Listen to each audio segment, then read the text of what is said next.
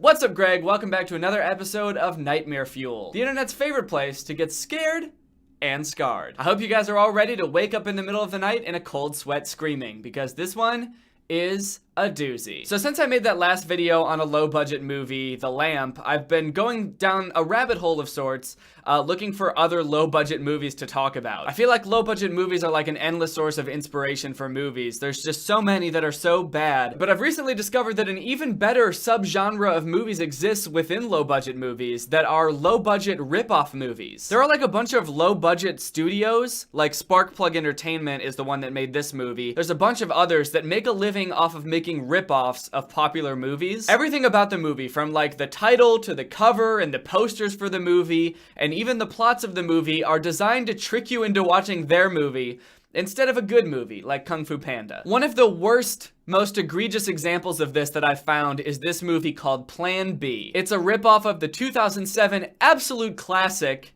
B-movie. Over the past couple years, the B-movie has seen this sort of resurgence because it's been like memed to death. But at the time it was released, I guess it was like a fairly well-received movie. At least it was received well enough to get the attention of Michael Shelp, who is the director of this movie. He's got classics like Spider's Web, A Pig's Tale, A Car's Life, Sparky's Big Adventure, Car's Life 2, Bug Bites, and Ant's Life, which is clearly a rip-off of Finding Nemo. But today we're here to talk about Plan B, the worst movie ever. I feel pretty comfortable saying that. I know I've said that before, but I think we found it, guys. I think we found the worst movie ever. I think one of the most perfect things about this movie is the title, Plan B, because this movie would definitely not be anybody's first choice. Oh boy, what awesome flowers! Hey, you're like kidding, right? Daisies are so last century. What if someone sees me? Oh, Buffy, daisies are always in style. But if you prefer buttercups... The movie starts off by introducing some lovable characters. There are all these worker bees. There's Buffy and Bing. So right off the bat, you get a sense that, okay, everybody's name in this universe who's a bee is gonna start with a B. Very funny. If you're like me, the first thing you'll notice about this movie is that the characters, the settings, just the animation, pretty much everything visual about this movie is just horrendous. It is acid to the eyes. In this whole beginning scene, these worker bees, who are led by Bing, who's the main character, are just going around and pollinating flowers. Well, Bing is. The rest of them, for some reason, can't figure out how to pollinate flowers, even though they're bees. One of the bees is trying to eat the flowers. Another bee's trying to pollinate a pretzel. We're here to pollinate, Zoe. Keep snacking to a minimum. And immediately they've broken the whole bee scheme, where every bee's name starts with a B, because they've just introduced this character, Zoe, who they refer to for the rest of the movie as Joey.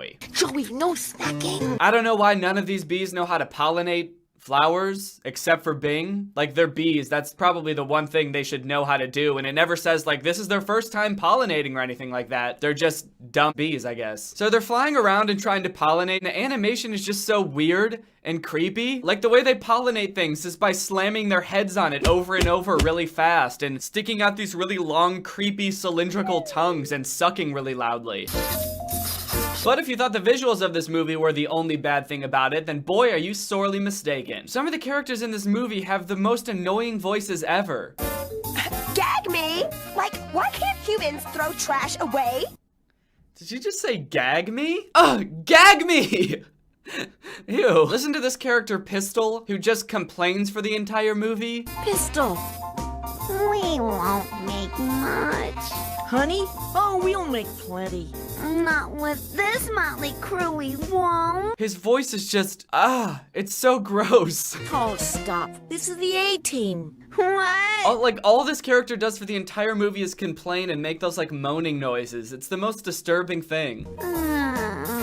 You know, say what you want about the B-movie being weird, but at least they found a way to take something that would ordinarily be kind of creepy to most people, bees, and turn them into slightly endearing or at least personable characters. This movie feels like it went out of its way to make all of the bees creepy and gross. Like, this one's so annoying and just complains all the time. One of them licks trash and eats all the flowers they're supposed to be pollinating. They all look horrifying. And when they get back to the hive to make honey out of all the nectar they got, they do this thing where they extend all their gross tubes out of their mouth and spit all the nectar into one giant bowl. Not to mention the way the bees stir the nectar into honey, which is with their butts. Not much nectar. God, that voice is so annoying. Well, at least there couldn't possibly be a more disturbing looking and sounding character, right? What?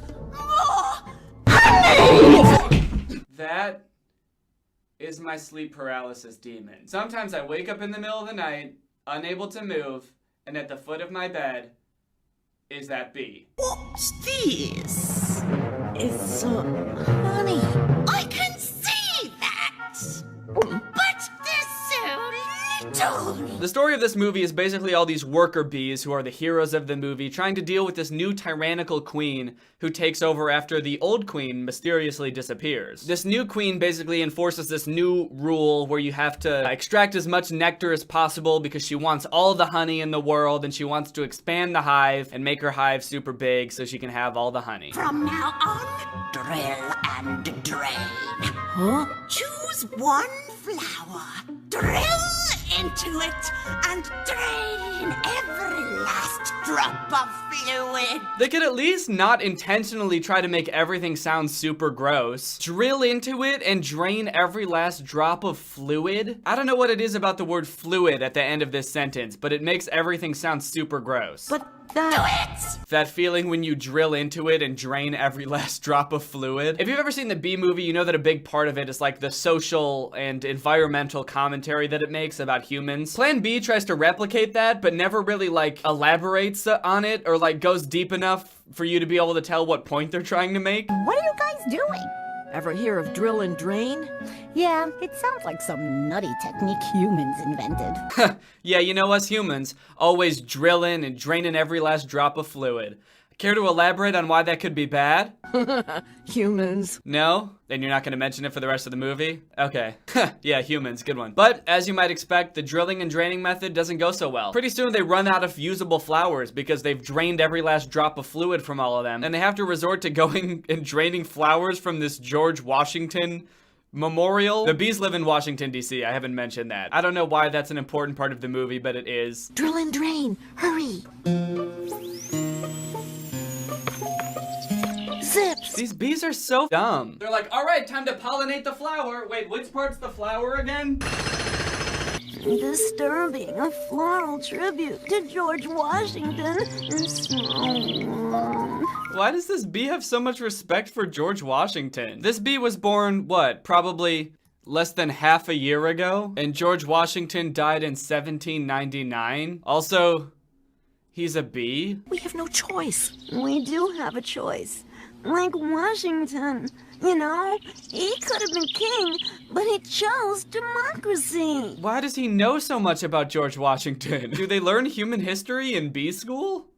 Why would a bee know anything about George Washington? So the main antagonist of the movie is the queen, but there's also this sort of like side antagonist named Belzar. Belzar. He's always like sucking up to the queen, trying to make the other bees look bad. Like this scene where he, I guess, agitates this random toad to make it attack all of the bees who are working on the George Washington memorial.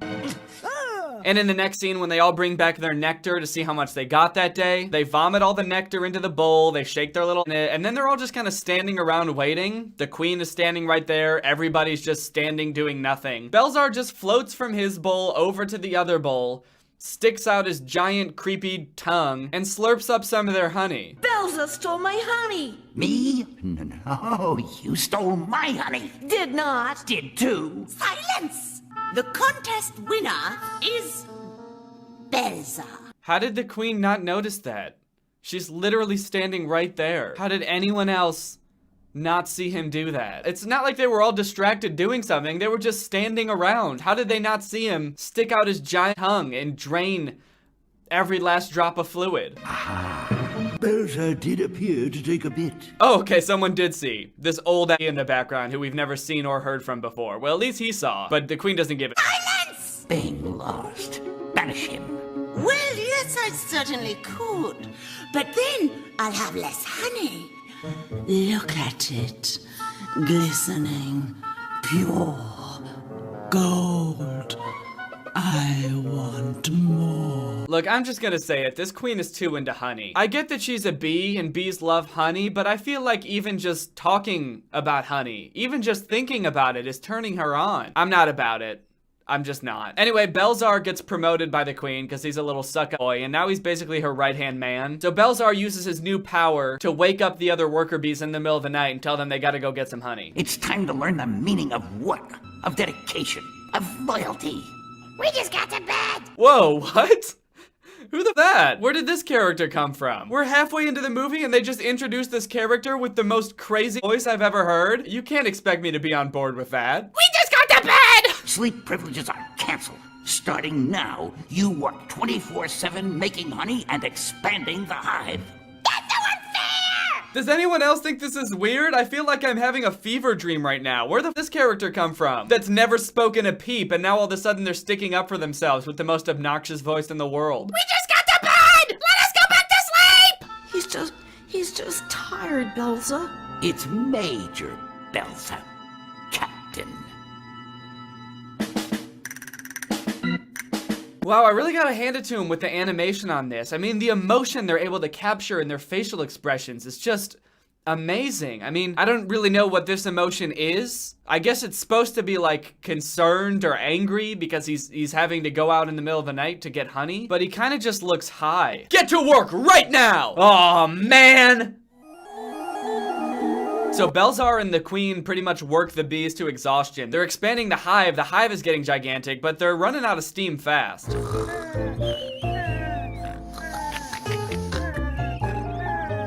Joey, Zips, wake up.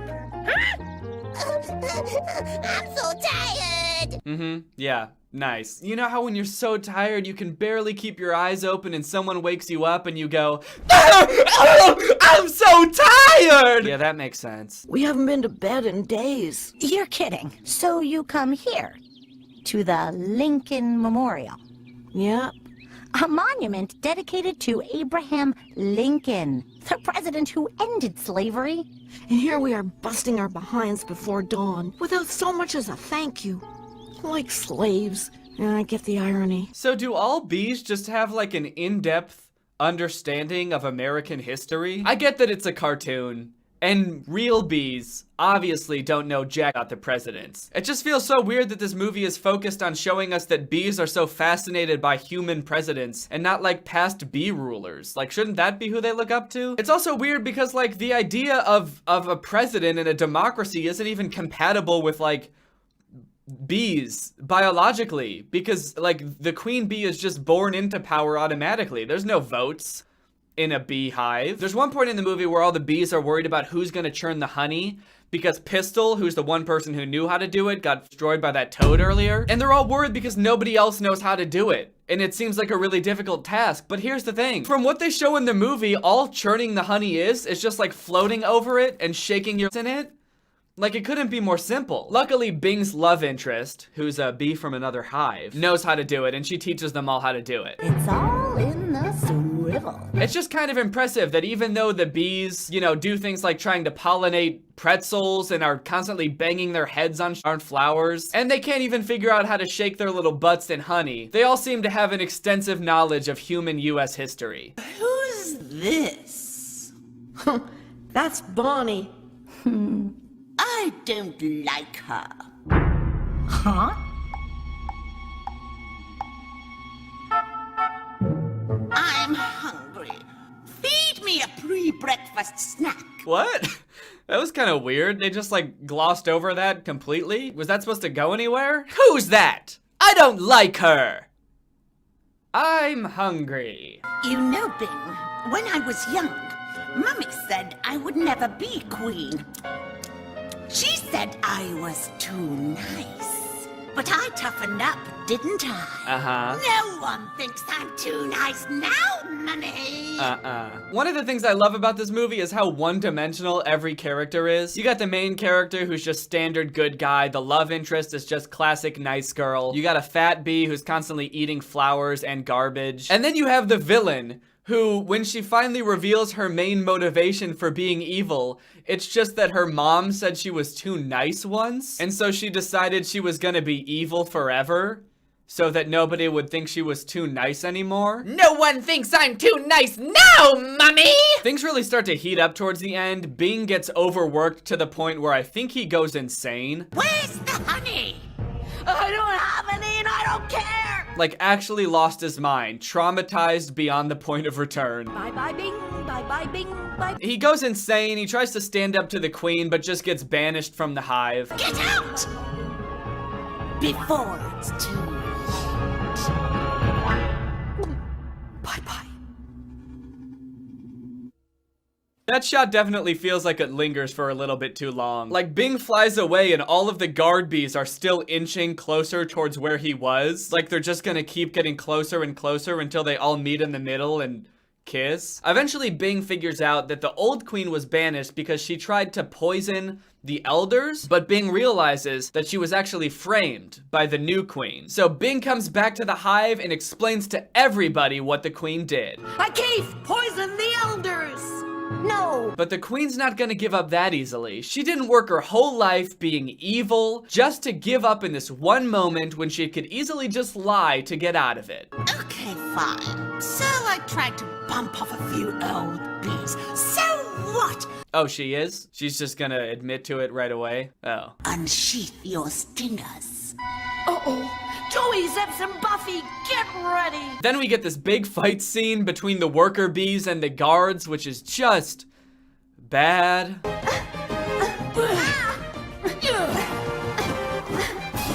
Not so fast! The weirdest thing about this scene is it doesn't even look or sound like any of the bees are actually hitting each other. Everyone is just missing each other, so it... Why is no one making contact?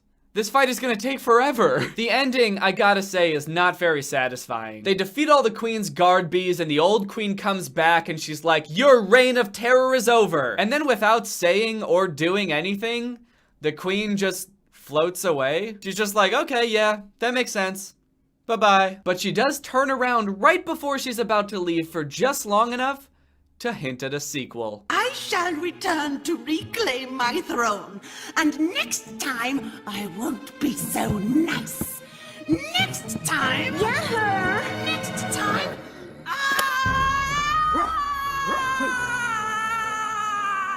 And that's the end. The day is saved.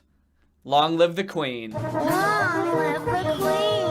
I hope you guys enjoyed this in-depth look at the worst movie ever, but now it's time to talk about our sponsor, Brawl Stars. Brawl Stars is a fun and exciting action-packed mobile game from the creators of Clash of Clans, with a variety of gameplay modes including Battle Royale, boss battles, soccer, and 3v3 squad battles. As you level up, there's a bunch of different fighters, or brawlers as they're called in the game, that you can unlock, and each of them have different moves and attributes. You can do matchmaking so you can play with random strangers online and never run out of people to play with, but you can also set up private games so you can play with your friends. It's a really fun game and it's really cute. I really like games with animation styles like this. It's very pretty, very visually, aesthetically pleasing. You guys know I have a complicated relationship with mobile game ads. Most of them are trash, which is why when Brawl Stars reached out to sponsor this video, I had to accept. I had to prove that making a good ad for a mobile game wasn't hard. We don't have to lie and say things like, this game will make you legally skilled, even though it might. So here's some concepts I came up with for some good ads for Brawl Stars. Only kids born after 1920 will get this game. Now I think we can all agree that while not everyone born after 1920 will get this game,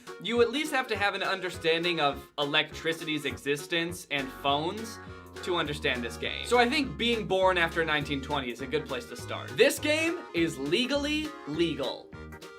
There's nothing illegal about this game.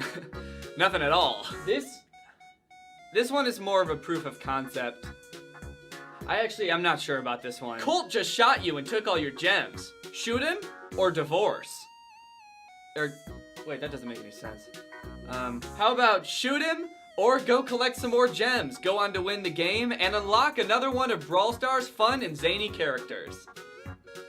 Yeah, that's better. This is one of the apps on my phone. Guys, I'm not Selena Gomez, and this isn't the only app on my phone, but it is one of the apps on my phone, and I do play it quite frequently. Thank you to Brawl Stars for sponsoring this video, and thank you to you guys for checking out Brawl Stars. I know I say this a lot, but when you guys check out the people who sponsor these videos, it helps me out a lot. It makes it a lot easier for me to get sponsors in the future, so thank you. All right, Greg, well, I hope you enjoyed this video. Just a couple of quick announcements. A lot of people have been asking for my outro song to be put up on Spotify. It actually is, so you don't have to ask anymore.